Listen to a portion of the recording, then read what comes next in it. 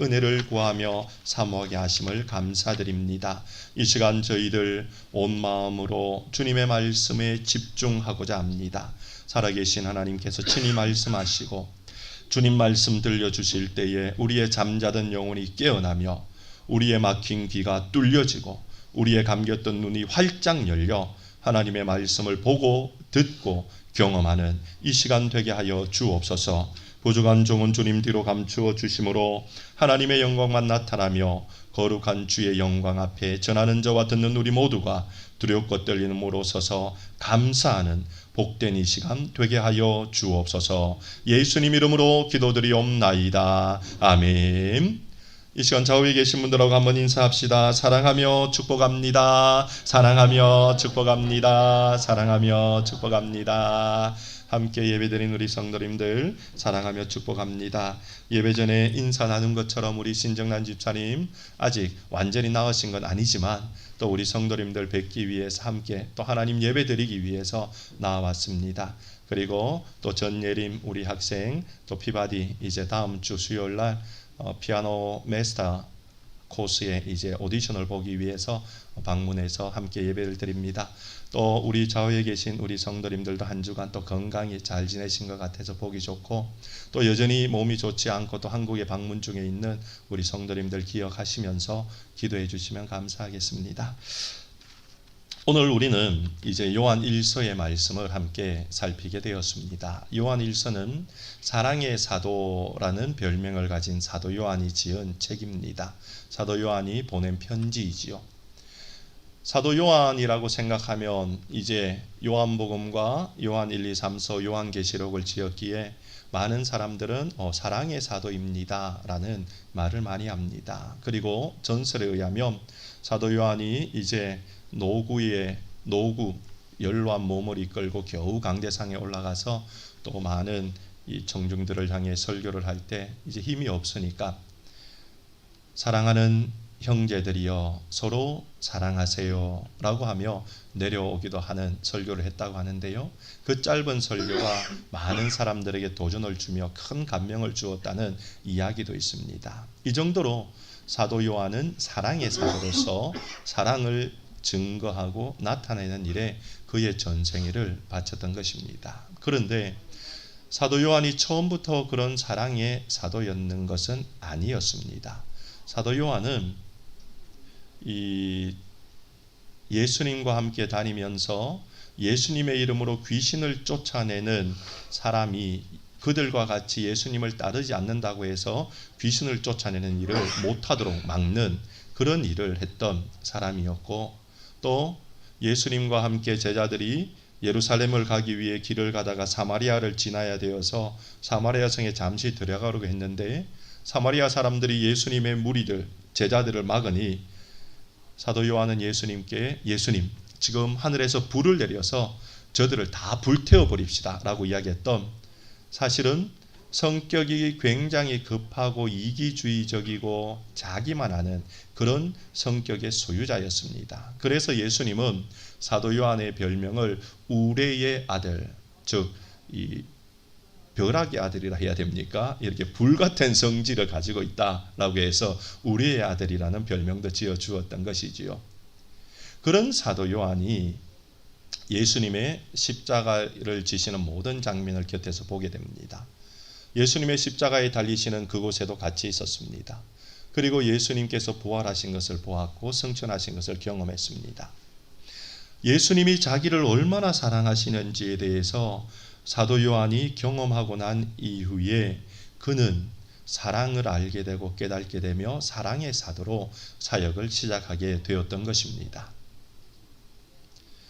이처럼 하나님의 사랑이라는 것은 한 변화되지 않을 것 같은 사람을 온전히 변화시킬 수 있는 능력이 있는 정말 이 세상이 할 수 없는 일을 하는 힘과 권능을 가진 것이 하나님의 사랑임을 우리는 알게 되는 것입니다. 우리는 지금 하나님이 어떤 분인지에 대해 배우고 또 그 하나님을 우리가 실천하는 삶을 삶으로 작은 예수가 되는 훈련을 하고 있습니다. 예레미야 10장 10절을 통해 우리는 하나님은 참신이시고 하나님은 살아계신 분이시고 하나님은 영원한 왕이심에 대해 배웠습니다. 지난주에 시편 139편을 통해 하나님은 무소부재하신 분임을 우리가 함께 살폈습니다. 어느 곳에든 언제든 어떤 환경에든 어떤 시간이든 우리와 함께 계신 하나님. 오늘 우리가 살피기를 원하는 하나님은 바로 우리가 잘 알고 있는 사랑의 하나님이십니다. 사랑의 사도 요한은 오늘 우리가 읽었던 본문 4장 8절의 말씀을 통해 이렇게 말씀합니다. 하나님은 사랑이심이니라. 하나님은 사랑이심이라. 하나님은 사랑이심이라.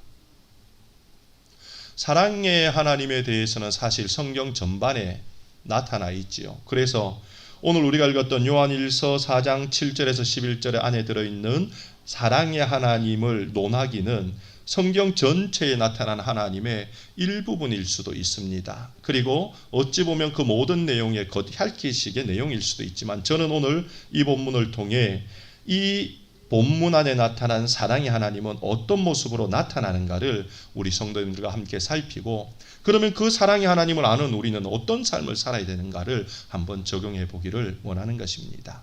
오늘 우리가 읽었던 본문에 사도 요한은 사랑의 하나님을 어떻게 우리에게 보여주고 있습니까? 첫 번째, 사랑의 하나님은 어떤 분이냐 하면 그 하나님은 먼저 사랑해 주신 분이다 라고 말씀하고 있습니다.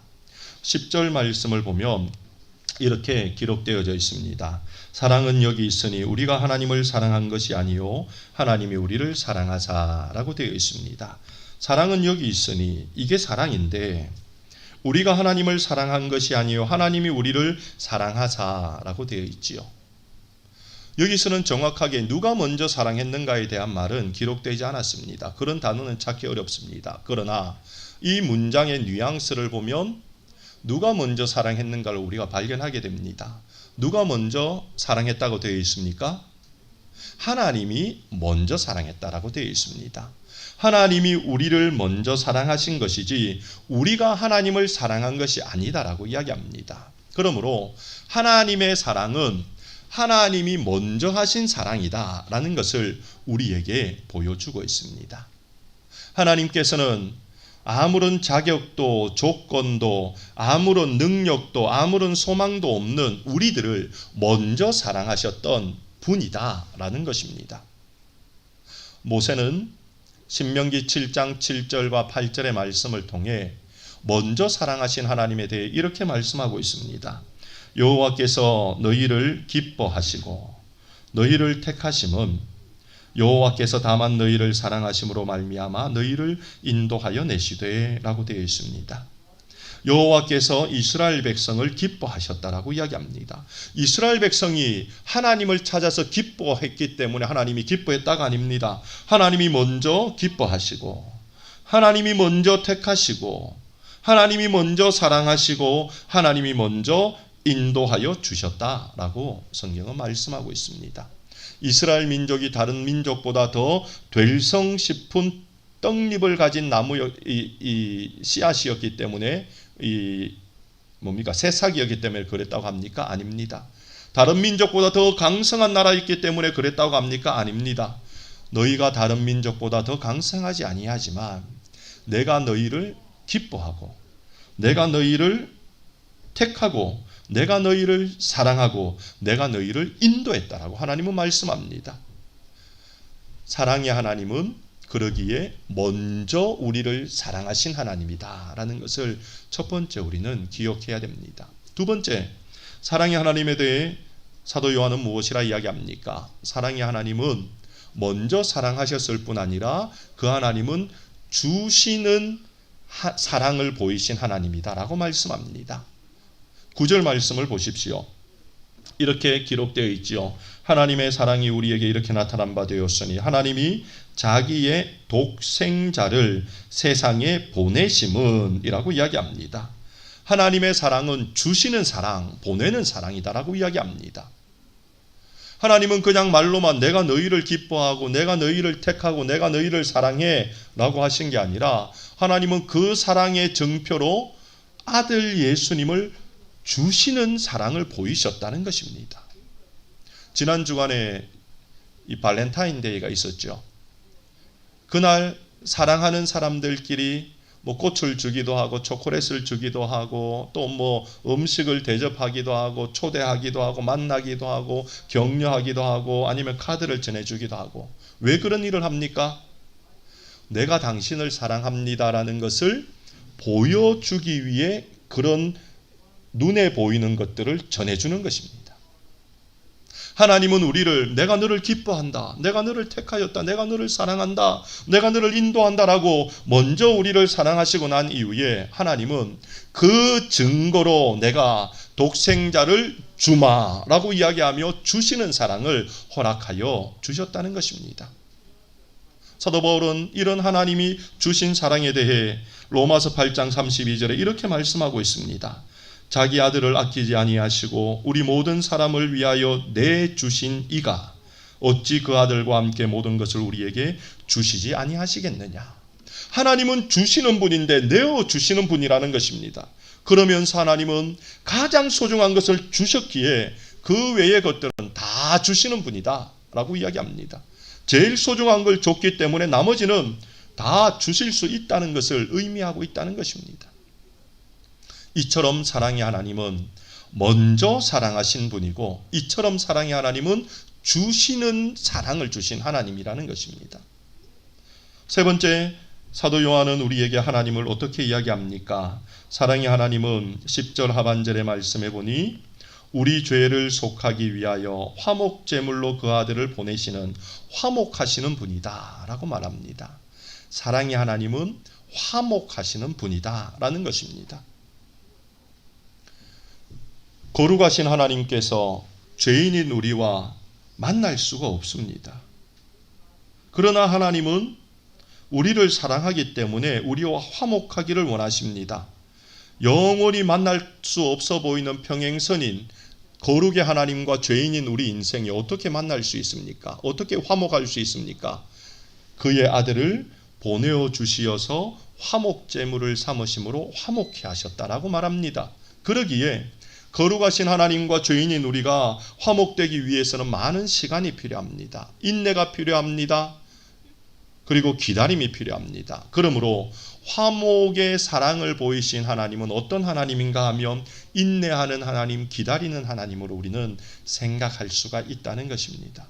하나님은 우리를 사랑하시는 분이신데 인내함으로, 기다림으로 우리를 사랑하시는 분이라는 것입니다.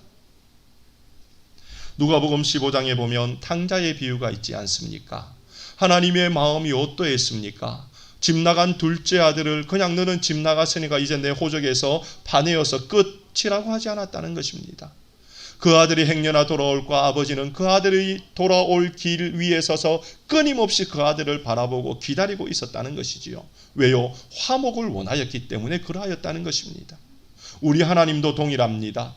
거룩의 하나님이 죄인인 인간과 화목을 이루기 위해 아들 예수님을 보내어 주시고 그것을 깨달은 인간이 하나님을 바라보며 나아오도록 기다리고 인내하시고 참으시는 분이 바로 화목의 하나님이라는 것입니다. 이것이 하나님의 사랑임을 사도 요한은 우리에게 가르쳐주고 있습니다.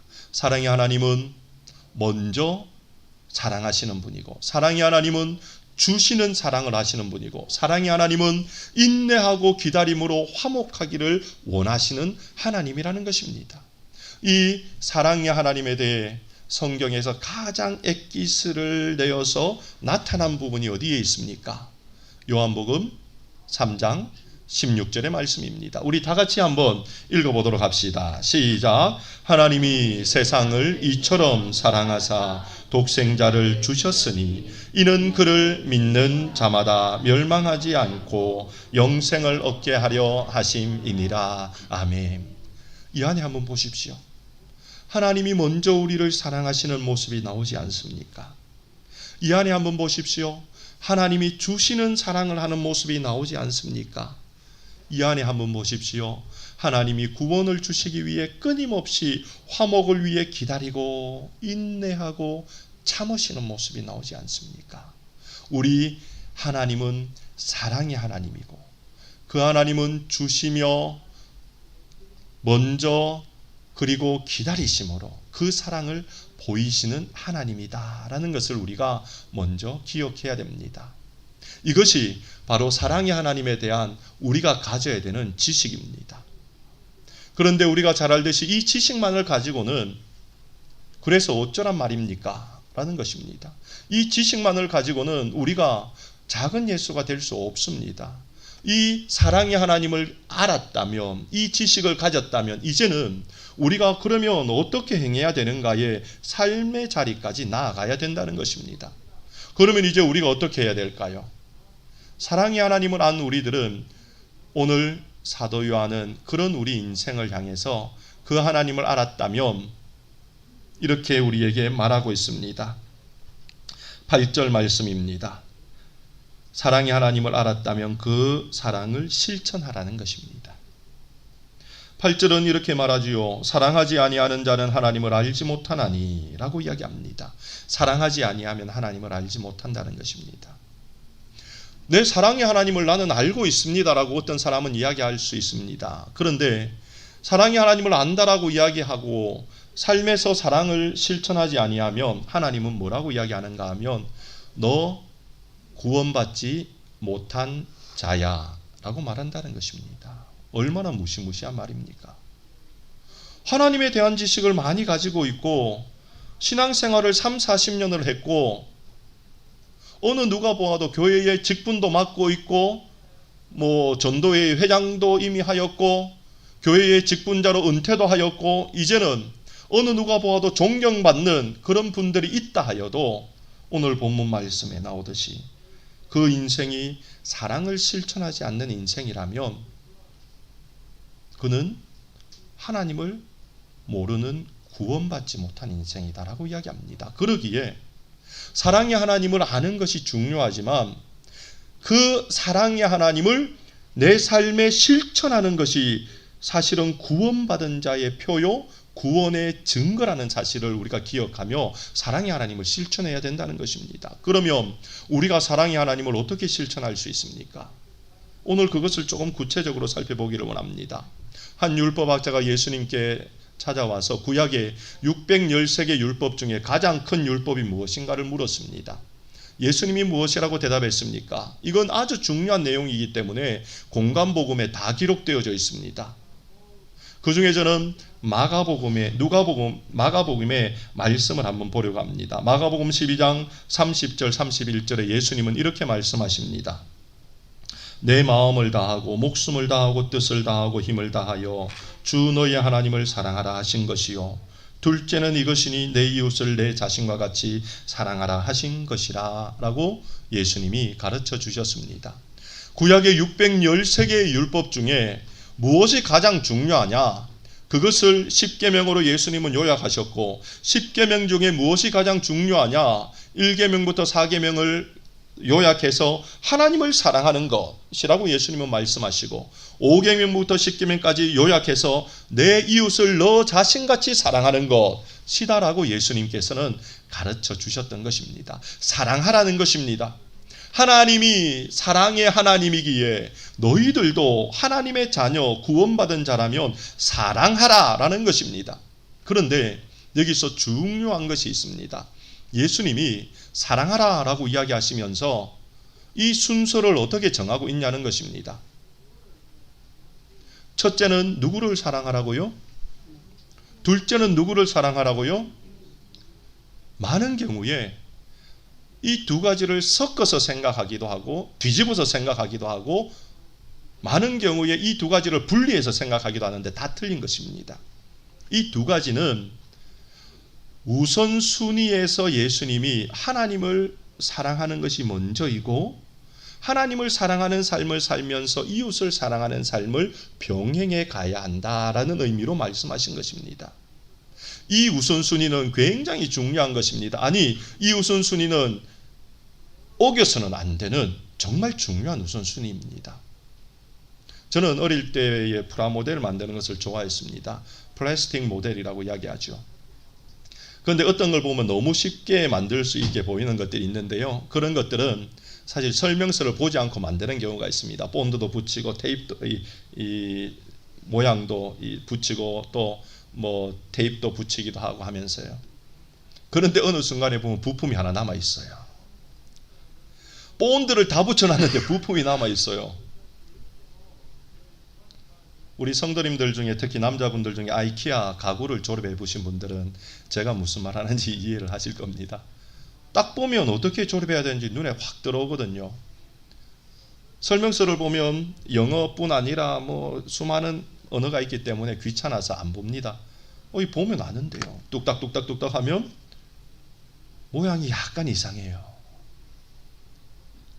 뜯으면 어떻게 됩니까? 한예성 집사님. 이 허불허불해져가 다음에 못 써요, 이걸. 설명서가 가르쳐주는 순서대로 차근차근 해나가면 부품이 정확하게 맞고 모양도 딱 갖추어지지만 그냥 내 방식대로 내 생각대로 그 일을 해나가면 뭔가 오류가 납니다. 예수님은 그걸 아셨기 때문에 우리에게 분명하게 말씀합니다. 첫째는 하나님을 사랑하는 것이다. 둘째는 내 이웃을 사랑하는 것이다. 이 순서를 혼돈하면 안 된다라고 우리에게 말씀하고 계신 것입니다. 왜냐하면 이 순서를 혼돈하는 것은 중요한 말입니다. 들으십시오. 이 순서를 혼돈하는 것은 우상 숭배의 일이 벌어지기 때문입니다. 사랑하는 일에 우선순위를 잘못 두게 되면 그 순간 우리는 나도 모르게 우상 숭배의 죄를 범하게 되는 것이라는 것이죠. 하나님을 사랑하는 것, 이웃을 사랑하는 것, 이 두 가지 사이에서 하나님을 사랑하는 일에 우선순위를 두지 아니하고 나도 모르게 이웃을 사랑하는 것이 우선순위를 잡게 되는 그 순간 그것이 바로 나의 우상이 되어버린다는 것입니다. 하나님은 그것을 아셨기에 첫째는 하나님을 사랑하는 것이고 둘째가 이웃을 사랑하는 것이다 라고 우리에게 말씀하여 주고 계신 것입니다. 우상이 무엇입니까? 그냥 눈에 보이는 세워져 있는 어떤 형상들, 동상들, 어떤 상징들, 그 앞에 절하는 그것이 우상이지만 그것뿐 아니라 눈에 보이지 않는 수많은 우상들이 있는데 그것이 무엇이냐 하면 하나님의 자리를 대신하여 그 자리를 빼앗는 모든 것들이 우상입니다. 이것은 우리 마음에 있는 일들인데 하나님의 자리를 빼앗는 그 어떤 것이 무엇이냐 하면 내가 사랑하는 모든 것이라는 것입니다. 하나님 이외에 사랑하는 모든 것, 아니 하나님보다 더 사랑하는 모든 것이라는 것입니다. 어떤 사람에게는 지금 연애를 하고 있는 사람에게는 연인이 그런 우상도 될 수가 있습니다. 공부를 하며 꿈꾸고 있는 학생들에게는 자신의 비전과 꿈과 소원과 소망이 그런 게 될 수가 있습니다. 어떤 분들은 자신의 아름다운 미모가 자신의 우상이 될 수가 있습니다. 어떤 분들은 자신이 움켜잡고 놓지 못하는 돈이 그 인생에 하나님보다 더 사랑하는 우상이 될 수가 있습니다. 어떤 분들은 하나님을 묵상하고 사랑해야 되는데 그러지 못하고 염려와 근심과 걱정을 묵상하게 되어서 그러한 것들이 그 인생의 우상이 될 수도 있습니다. 그러기에 예수님은 사랑의 하나님을 아느냐? 그러면 너희도 사랑해야 되는데 사랑하기 위해 이것을 꼭 기억해 라고 이야기하며 첫째는 하나님을 사랑하고 둘째는 이웃을 사랑해야 돼 라고 예수님께서 우선순위를 분명하게 말씀하여 주셨다는 것입니다.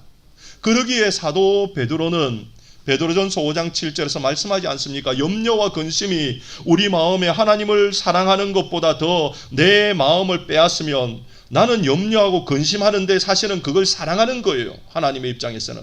사랑하면 그게 내 우상이 되는 거예요. 우상이 되기에 사도 베드로는 이렇게 이야기합니다. 너희 마음의 근심을 던져버리라.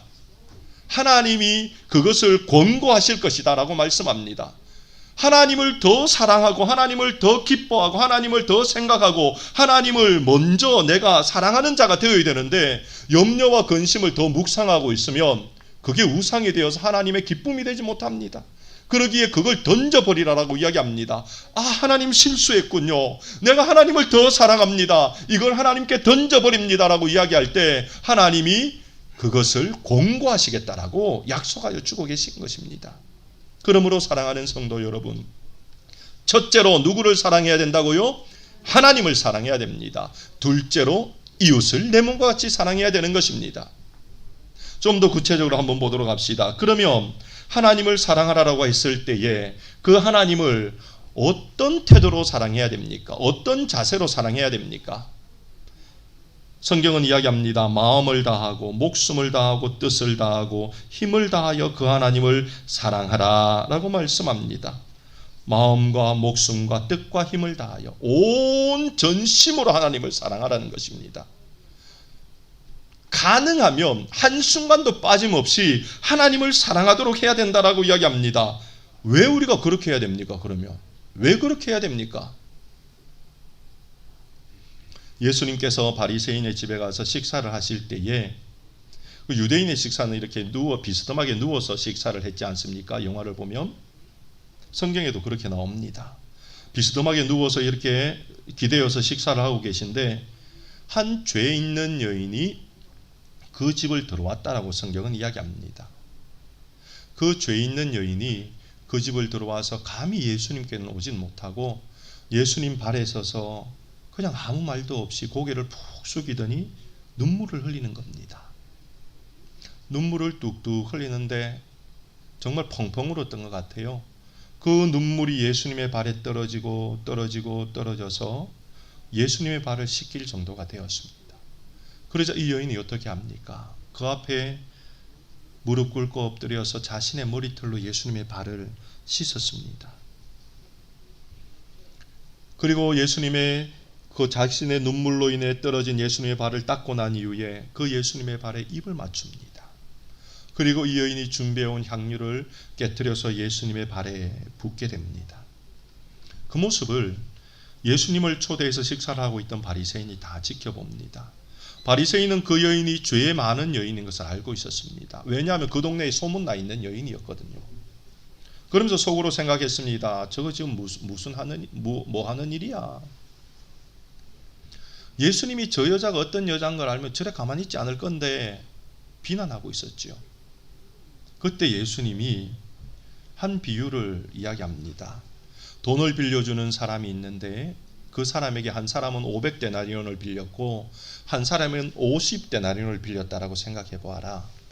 그런데 이 두 사람이 돈을 갚을 능력이 되지 않아서 있는데 이 돈을 빌려준 사람이 이 사람들에게 당신들 이제 모든 빚 없어 라고 빚을 청산해 준다면, 탕감해 준다면 둘 중에 어떤 사람이 그 돈을 빌려주는 사람에게 더 감사하겠느냐, 더 사랑하겠느냐라는 비유를 합니다. 여러분이라면 어떤 사람이 더 돈을 탕감해 준 사람을 사랑할 것 같습니까? 500데나리온 그죠? 맞아, 이 말할 필요도 없잖아요. 그러면서 예수님이 이 여인을 향해 이렇게 이야기합니다. 누가복음 7장 47절입니다. 그의 많은 죄가 사하여 졌도다. 죄 많은 여인이었거든요. 이는 그의 사랑함이 많음이라. 사함을 받은 일이 적은 자는 적게 사랑하느니라. 우리가 왜 예수님을 마음을 다하고 목숨을 다하고 뜻을 다하고 힘을 다하여 전 인격적으로 사랑해야 되는가? 이유가 바로 이것입니다. 내가 많은 사랑을 받았기 때문에 내가 하나님을 전심으로 사랑해야 된다는 것입니다. 한번 생각해 보십시오. 하나님보다 나를 더 사랑하는 사람이 이 세상에 어디에 있습니까? 하나님보다 나를 더 용납하고 이해하고 받아주는 사람이 이 세상에 어디에 있냐는 것입니다. 그러면 내가 누구를 사랑해야 되냐는 것입니다. 하나님이 나를 이렇게 사랑하기에 내가 하나님을 당연히 온 마음과 힘을 다해 사랑해야 된다는 것을 우리는 기억해야 됩니다. 그러면 하나님을 사랑하는 것 어떻게 내가 표현할 수 있습니까? 하나님을 사랑하는 것을 어떻게 표현할 수 있는가에 대해 사랑이 기록되어 있는 아가서는 이렇게 이야기합니다. 아가서 3장 1절과 2절은 우리에게 이렇게 말하고 있습니다. 보십시오. 내가 밤에 침상에서 마음으로 사랑하는 자를 찾았노라. 찾아도 찾아내지 못하였노라. 이에 내가 일어나서 성 안에 돌아다니며 마음에 사랑하는 자를 거리에서나 큰 길에서나 찾으리라 하고 찾으나 만나지 못하였노라 라고 이야기합니다. 아가서는 솔로몬이 술라미 여인을 사랑하는 장면이 하나님이 우리를 사랑하는 모습으로 나타나 있는 책 아닙니까? 그런데 3장 1절부터 7절까지는 반대로 술라미 여인이 이제 솔로몬을 찾는 장면이 나오는 곳입니다. 즉 우리들이 하나님을 사랑하는 표현을 하는 장면인데요. 그 사랑의 표현이 무엇이었습니까? 반복되는 단어가 나오지요. 찾았노라, 찾아도 찾아내지, 찾았노라, 찾았노라, 찾았노라. 우리가 하나님을 사랑하는 사랑의 표현이 무엇이냐 하면 하나님을 사모하는 거라는 거죠. 찾아야 된다는 거죠. 늘 하나님을 묵상해야 된다는 겁니다. 내가 하나님을 사랑한다고 하나님께 헌금을 많이 하고, 내가 하나님을 사랑한다고 교회에 와서 열심히 봉사하고, 내가 하나님을 사랑하는 표를 내기 위해 내가 어떤 다른 것을 하는 그것이 아니라 하나님이 정말 우리에게 원하는 것은 내 마음의 모든 생각이, 내 행동의 모든 것들이, 내 삶의 모든 것들이 늘 하나님을 생각하고 사모하는 일을 해야 된다는 것을 우리에게 가르쳐주고 있는 것입니다. 고라 자손이 이야기했습니다. 시편 42편 1절에 사슴이 시냇물을 찾아 헤매는 것 같이 내 영혼이 여호와를 찾기에 갈급하나이다. 늘 하나님을 생각하고 늘 하나님을 묵상하고 늘 하나님을 바라보고 늘 하나님께 내가 어떻게 하면 하나님을 기쁘시게 될까를 고민하며 사는 것이 하나님을 사랑하는 일이다라고 우리에게 말씀하고 있습니다. 사랑하는 성도 여러분, 여러분은 누구를 기쁘게 해주기 위해 살고 있습니까? 어떻게 하면 내가 누구를 섬길까를 생각하며 살고 있습니까? 그 대상이 누구입니까? 그 대상이 하나님이 되어야 됩니다. 하나님이 아니라면 뭐라고 이야기했죠? 그 대상이 우상의 자리에 설 수 있다는 것이요. 그러므로 이곳에 있는 우리 성도님들은 끊임없이 하나님을 묵상하고 사모하고 생각하고 하나님이 기뻐하는 일이 무엇일까를 고민하며 살아감으로 나에게 무한한 사랑을 주신 하나님께 사랑을 고백하는 자들이 되기를 주님의 이름으로 축원드립니다. 제가 20년 정도 전에 전도사로 사역할 때에 그때 성경학교 때 불렀던 노래가 있습니다. 우리 어린아이들 유치원 초등부 이런 아이들이 불렀던 노래인데요. 이런 노래입니다. 예수님 만나고 싶어요. 예수님 만나고 싶어요. 눈을 감아 기도할 때 응답해 주세요 라는 노래였습니다. 아이들과 함께 이 예배 드릴 때에 또 이 곡 같은 경우는 이제 예배 드리기 직전에 하죠. 애들하고. 그러면서 이제 묵상기도 들어가는 그런 곡이었는데요. 어린 아이들 때부터 예수님을 만나기를 원하는 간절한 소망, 예수님을 사모하는 마음, 그것을 우리가 늘 붙들고 사는, 나도 그 마음을 가지고 사는 자들이 되어야 되는 것입니다. 오늘 저는 우리 성도님들과 함께 이 찬양을 이 설교 마치고 하려고 하는데요. 아직 이제 설교를 마치려 멀었지만 이 찬양 밤이나 낮이나라는 찬양인데 아주 짧습니다.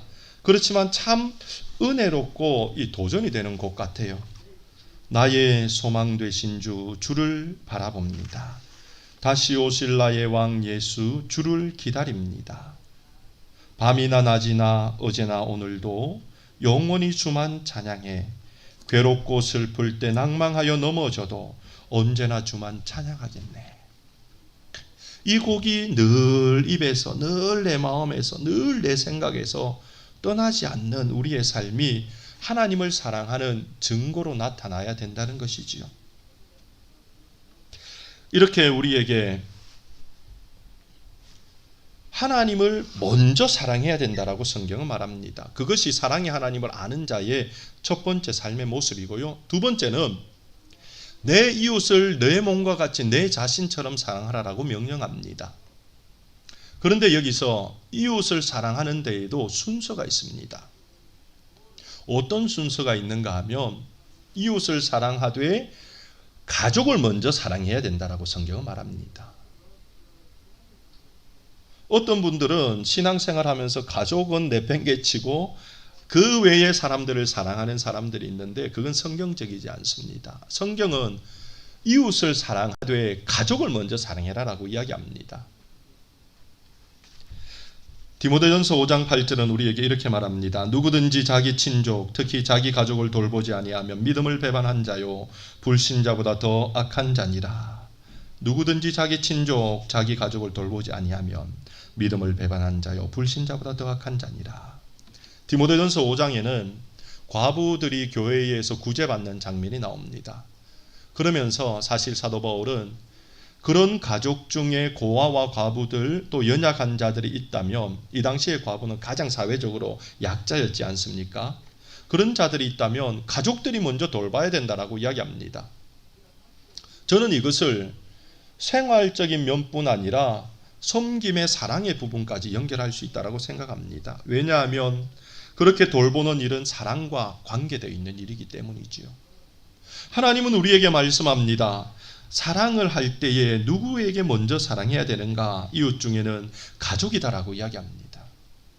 내가 가장 좋은 것을 가지고 있는데 우리 가족이 가지지 못하였다면 그 선물을 가족에게 나누어 주어야 한다는 것입니다. 내게 있는 가장 좋은 선물이 무엇입니까? 내 목숨, 내 생명 아닙니까? 내 목숨과 내 생명은 무엇입니까? 하나님의 것이요 하나님 아닙니까? 그러므로 우리는 가족들에게 나의 가장 소중한 예수 그리스도를 증거하고 나누고 함께하고 같이 믿음의 가족들과 함께 그 예수 그리스도를 나눔을 통하여 가족을 사랑하는 자가 먼저 되어야 된다는 것입니다. 또한 여기서 말하는 가족은 우리의 영적인 가족도 의미합니다. 믿음의 형제 자매들을 의미합니다. 그 믿음의 형제 자매들을 우리는 사랑해야 되는데 어떻게 사랑하라라고 이야기합니까? 오늘 우리가 읽었던 본문 7절과 11절은 이렇게 이야기합니다. 계속해서 동일하게 이야기하죠. 뭐라고 이야기합니까? 사랑하는 자들아 우리가 서로 사랑하자. 사랑하는 자들아 우리가 서로 사랑하자라고 이야기합니다. 서로 사랑하라라고 이야기합니다. 믿음의 형제 자매들과 서로 사랑하라라고 이야기합니다. 여기서 서로라는 말은 서로라고 우리가 생각할 수 있죠. 영어도 사실은 그렇게 번역하고 있지 않습니까? Love one another. 서로 사랑해라. 그런데 사실 이 말의 뜻은 너가 먼저 사랑하라 이런 말입니다. 너가 먼저 사랑하라. 잘 기억하십시오. 내가 먼저 사랑해야 된다는 것입니다. 서로라는 말은 우리는 종종 신앙생활하면서 저 사람이 먼저 나에게 사랑해 주기를 기다릴 때가 있습니다. 그런데 그것은 성경적이지 않다는 거죠. 서로 사랑하라. 내가 먼저 사랑하라라고 이야기합니다. 내가 먼저 사랑하라. 누구 집사님이 누구 권사님이 누구 장로님이 나를 알아주고 누구 목사님이 나를 알아주고 사랑해 줘야지 내가 이렇게 힘이 든대 라고 생각하는 것은 틀렸다는 것입니다. 성경적이지 않다는 것입니다. 내가 먼저 나아가서 사랑하는 것이 서로 사랑하는 성경적인 의미라는 것입니다. 그리고 이 사랑은 계속해서 해야 되는 사랑이라고 이야기합니다. 여기서 사랑하라라고 하는 이 단어는 현재 권유형으로 사용되고 있습니다. 현재형은 어떤 의미란 걸 알죠? 헬라어에서 진행과 계속과 끝까지 가는 의미를 가지고 있습니다. 사랑하라라고 이야기하는 것은 과거에도 사랑하고 지금도 사랑하고 앞으로도 사랑하고 계속 사랑해야 되는 것이라는 거죠. 우리의 믿음의 형제 자매들을 계속해서 사랑하라는 것입니다. 어떤 분들은 이렇게 이야기합니다. 저희 교회는 아닙니다. 걱정하지 마십시오. 목사님, 내가 저분을 얼마나 많이 사랑했는데 저분은 꿈쩍도 안 하고 나에게 사랑을 돌려주지 않으니까 이제 저 사람은 저에게서 아웃입니다. 목사님. 지금은 권사님이 되셨는데요. 그 집사님이 제게 그런 이야기를 했었어요. 그런데 그 아웃이라는 집사님은 또 제게 와서 동일하게 이야기해요. 그 권사님을 보면서 저 권사님은 제가 이렇게 사랑하고 사랑했는데 아무런 사랑의 응답이 없어요. 그래서 저분은 제게서 아웃입니다. 근데 지금은 잘 지내고 계세요. 우리는 종종 사랑하라라는 이 말을 내가 이만큼 사랑을 줬으면 당신도 내게 줘야 돼라고 생각할 때가 있고요. 안 주면 그 사람을 내 관심에서 제외시킬 때가 있는데요. 그건 성경적이지 않다는 거죠.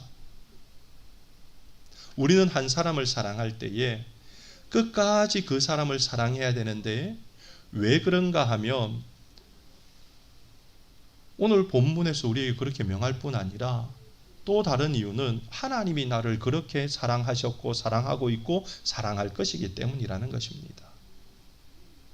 내가 지금 그런 사랑을 받고 있기 때문에 나는 그런 사랑을 끊임없이 해 나가야 된다는 것입니다.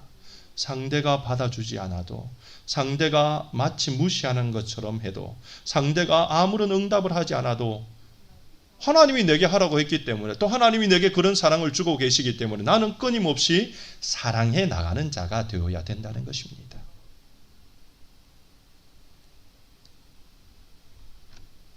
시간이 많이 흘러서요. 또 뒤에 있는 부분은 우선 넘어가도록 하겠습니다. 넘어가고 제일 마지막 부분을 우리 한번 보도록 합시다. 유한준이라는 조선시대의 유명한 학자가 있었습니다. 그 학자는 크리스찬은 아니었는데요. 이런 말을 남겼습니다. 사랑하면 알게 되고 알게 되면 보이나니 그때에 보이는 것은 전과 같지 않으리라.